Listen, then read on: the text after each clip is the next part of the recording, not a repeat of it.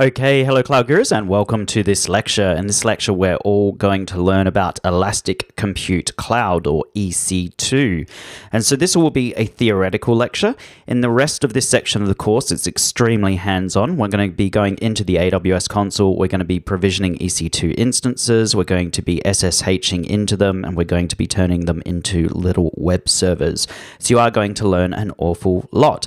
But before we do that, we should learn what EC2 is. So what is EC2? Well, basically, it's a web service that provides resizable compute capacity in the cloud, and it reduces the time that it takes to obtain and boot new server instances to minutes, allowing you to quickly scale capacity both up and down as your computing requirements change. Now, I've been in tech for quite a while, and I remember a time before AWS came along when if you placed an order for a web server, a database server, they were actually physical servers. And certainly when I worked at Rackspace, that was definitely the case. And it would take anywhere from 10 days to do a deployment, sometimes up to 20 days. And at other companies I worked for, it would be 6 months before we could deploy those resources. And of course, when you were paying for these, you were paying for the servers up front. Now, we could amortize the cost over a monthly basis, but you still had huge capital expenditure. And if you weren't using these web servers, you still had to pay. And then Amazon EC2 came along, and you were able to provision virtual machines in the cloud at this, seriously, the click of a button, and it would be ready within a couple of minutes. And it just changed the entire world. So how is EC2 priced? Well, if you've done the Certified Cloud Practitioner course, you'll remember in it we had a pricing section, and we looked at a particular white paper called AWS Pricing Overview. Now, don't worry, you don't actually need to read this white paper for the Certified Solutions Architect Associate, but it does have a principle that basically applies across all of AWS. And the conclusion of the white paper says, while the number and types of services offered by AWS have increased dramatically, our philosophy on pricing has not changed. You pay as you go, you pay for what you use, you pay less as you use more, and you pay even less when you reserve capacity. So EC2 has a number of different pricing models. We've got on-demand, and this allows you to pay a fixed rate by the hour or even by the second with no long-term commitments. So you can literally just spin it up, have it running for a couple of hours, and then terminate the instance. And this is great for developers because you can go in, test an environment, see if it works, and then go in and shut it down. I couldn't imagine a world where that was not possible. Just 20 years ago, you would have to go in and provision big physical servers. You'd have to have the money to do it. And it means all these little startups that are operating on a shoestring budget could not have taken their product to market. So, AWS has changed the world by introducing on-demand pricing for virtual machines. We then have reserved, and this is basically provides you with a capacity reservation, and it offers a significant discount on the hourly charge for an instance. And the contract terms are 1 year or 3 years. So this is where you're going to contract with AWS to either a 1 year or 3 year term. And the more you pay up front, the more you're going to save. So we then have spot instances, and this is basically where Amazon have excess capacity, so not everyone's using EC2 at once. And what they do is they drop the prices of their EC2 instances to try and get people to use that capacity. However, when other people are provisioning on demand or other EC2 instances and they run out of capacity, they will want that capacity back. So the price moves around with spot instances. It's exactly like the stock market. It goes up and down. And basically, you set the price that you want to bid at. If it hits that price, you'll have your instances. If it goes above that price, then you're going to lose your instances within a couple of minutes. So it moves around a lot. And we'll look at the use cases for that in a couple of slides. We then have dedicated hosts. These are physical EC2 servers that are dedicated to you. And this can help you reduce costs by allowing you to use your existing server-bound software licenses. So if you've got some really strict licensing conditions with Oracle, for example, you might want to be using dedicated hosts. Again, we'll look at the use cases to that coming up. So we'll start with on-demand, and on-demand pricing is useful for users that want the low cost and flexibility of Amazon's EC2 without any upfront payment or long-term commitments.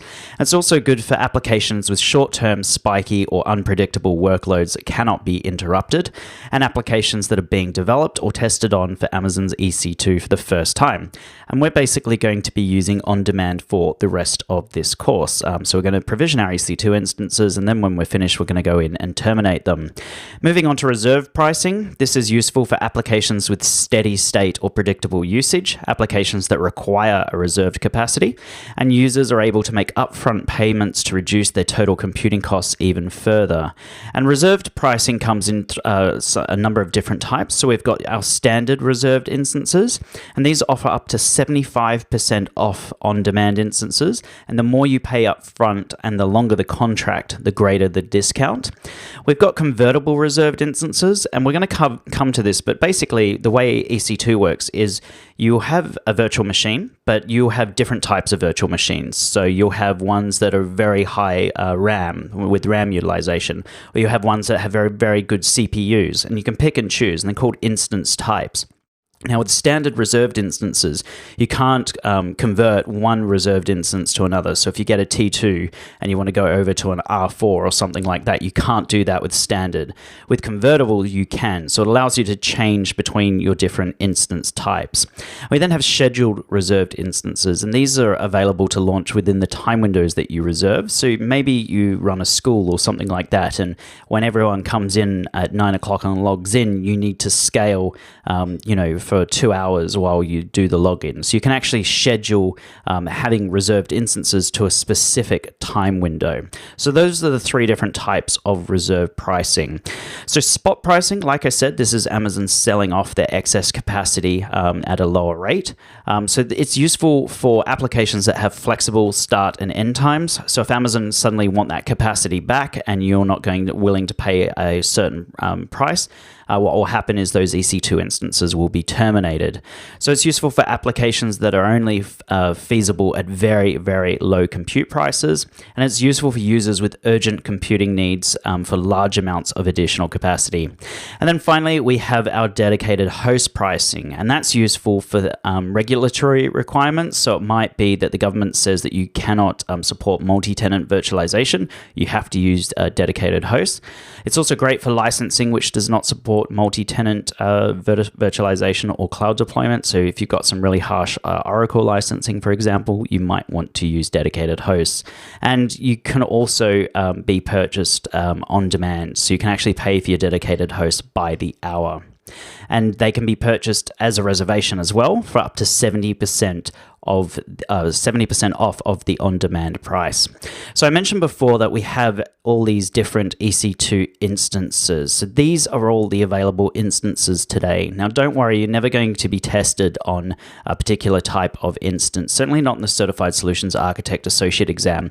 Where you will start getting this is at the professional level. They'll give you a bunch of scenario questions, and then they'll ask you what type of instance would best suit your needs. Okay, so let's run through these. We'll start with F1. So this is for field programmable gate arrays. And the use cases for this is things like genomic research, financial analytics, real-time video processing, big data, etc. If you don't know what FPGA is, go ahead and look it up. It's really interesting stuff. Effectively, it allows the chips to be reprogrammed after being manufactured, so rewired in a sense. But it's completely beyond the scope of this course, but it is interesting tech.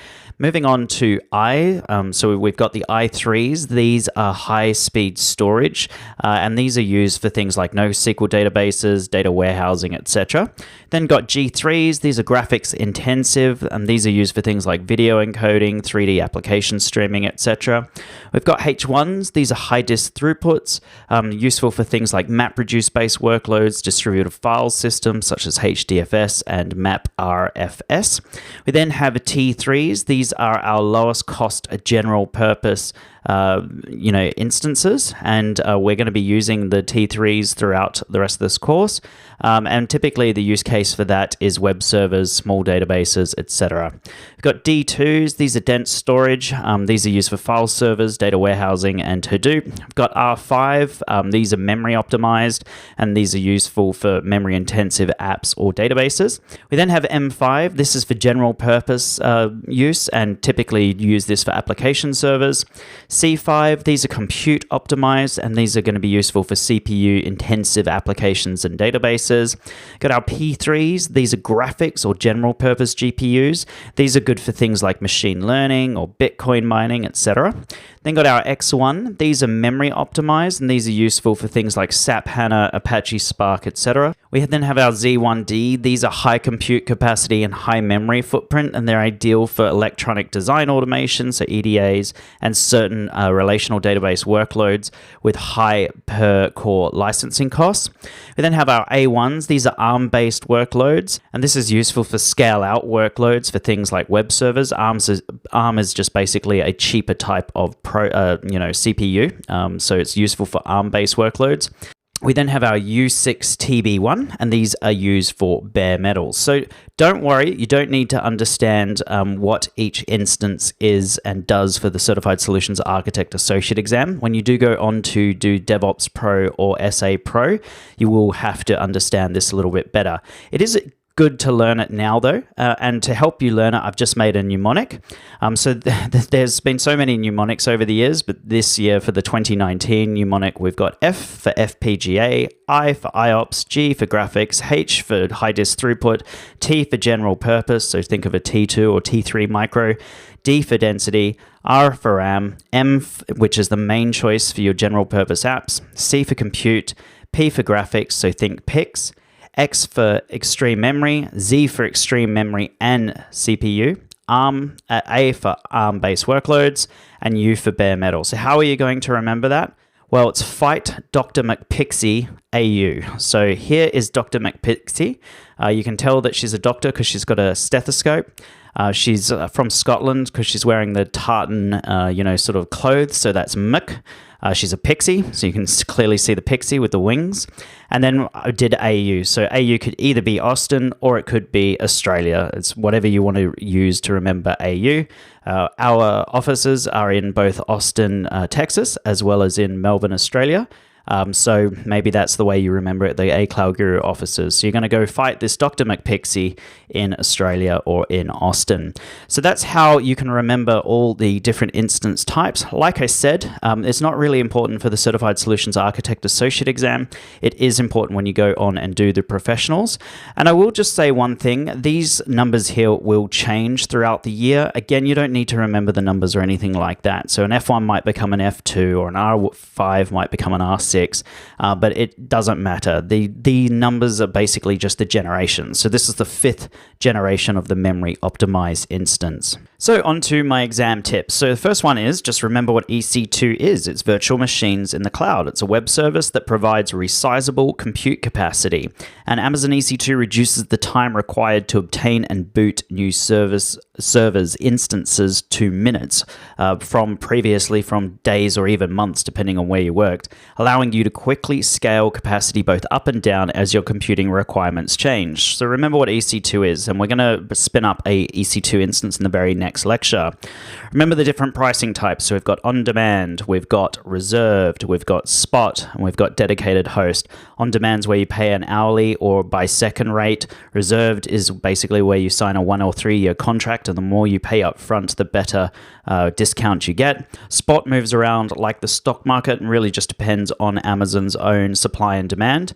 And then we've got dedicated host, and this is where you get a dedicated physical machine to you, and you can also again pay for that on demand as well. And then just remember that if you've got a spot instance and it's being terminated by EC2, you're not going to be charged for a partial hour of usage. However, if you go in and terminate that instance yourself, you will be charged for the hour in which the instance ran. That can be a popular exam question. And like I said, you don't really need to know all the instance types for the Solutions Architect Associate. It can be helpful later on when you go and do the Pro. But the way I remember them is just fight Dr. McPixie in Australia or in Austin. So there's Dr. McPixie. We're going to go and fight her in Australia or Austin. It's silly, I know, but it really, really does help you remember all the different instance types. So that is it for this lecture, everyone. In the next lecture, we're going to go in, get our hands dirty, and provision our first EC2 instance. So if you've got the time, please join me in the next lecture. Thank you.